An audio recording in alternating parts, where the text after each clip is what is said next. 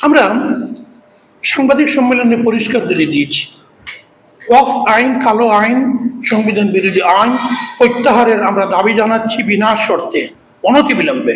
যতদিন প্রত্যাহার করা না হবে ততদিন পর্যন্ত সর্বভারতীয় মুসলিম পার্সোনাল ল বোর্ডের নির্দেশনা অনুযায়ী আমরা নদওয়া, জমিয়ত, আহলে সুন্নত, আহলে হদিস, জামাতে ইসলামী সব সংগঠন সম্মিলিতভাবে এই আইনের বিরুদ্ধে গণতান্ত্রিক পদ্ধতিতে শান্তিপূর্ণভাবে আন্দোলন চালিয়ে যাব। প্রথম দফার আন্দোলন 10 এপ্রিল থেকে 7 জুলাই পর্যন্ত চলবে। এক্ষেত্রে আমরা প্রচারণা, সচেতনতা সভা করব এবং কালো বেজ পরিধান করে শুক্রবারে জুমার নামাজে আসবো। জুমার নামাজ পড়ে প্রতীকী ধর্ণা পালন করে এই আইন প্রত্যাহারের দাবি জানাবো এবং বিভিন্ন সভা সমিতির মাধ্যমে, ঘরোয়া বৈঠকের মাধ্যমে আমরা এই সচেতনতা সৃষ্টির প্রয়াস চালিয়ে যাব। অত্যন্ত অসাংবিধানিক বিল, আমাদের মানুষের মৌলিক অধিকারকে হনন করা হয়েছে।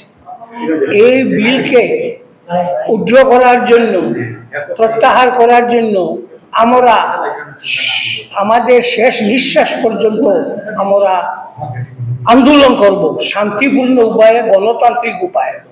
আমরা গণতন্ত্রে বিশ্বাসী এবং গণতন্ত্র হলো প্রতিটি মানুষের অধিকারকে সাব্যস্ত করা। এই ওয়াকফ বিলে আমাদেরকে, মুসলমান দিগকে এমনভাবে কোণঠাসা করা হয়েছে যা আমি মনে করি কোনো সভ্য সমাজ মানতে পারে না। এবং এই যদি হয় তাহলে আমাদের দেশে একটা বিশৃঙ্খলা দেখা দিবে, ইহা অত্যন্ত পরিষ্কার। তাই আমরা দেশের শান্তি, সংহতি এবং সম্প্রীতি বজায় রাখার জন্য আমরা চেষ্টা করব এবং সরকারের নিকট আমরা আমাদের এই আন্দোলন চালিয়ে জানিয়ে দেব, যত সময় পর্যন্ত না তুমি এই কালো আইন প্রত্যাহার করছো আমাদের সংগ্রাম চলছে, চলবে। এমনকি আমরা মরতেও কোনো অসুবিধা নেই, আমরা মরব, কারণ আমাদের পিঠ দেওয়ালে ঠেকে দিয়েছে, আমাদের আর কোনো উপায় নেই। তুমি শুধু আমাদের দিকে দেখো আর অন্য কাউকে দেখো না, তা হতে পারে না।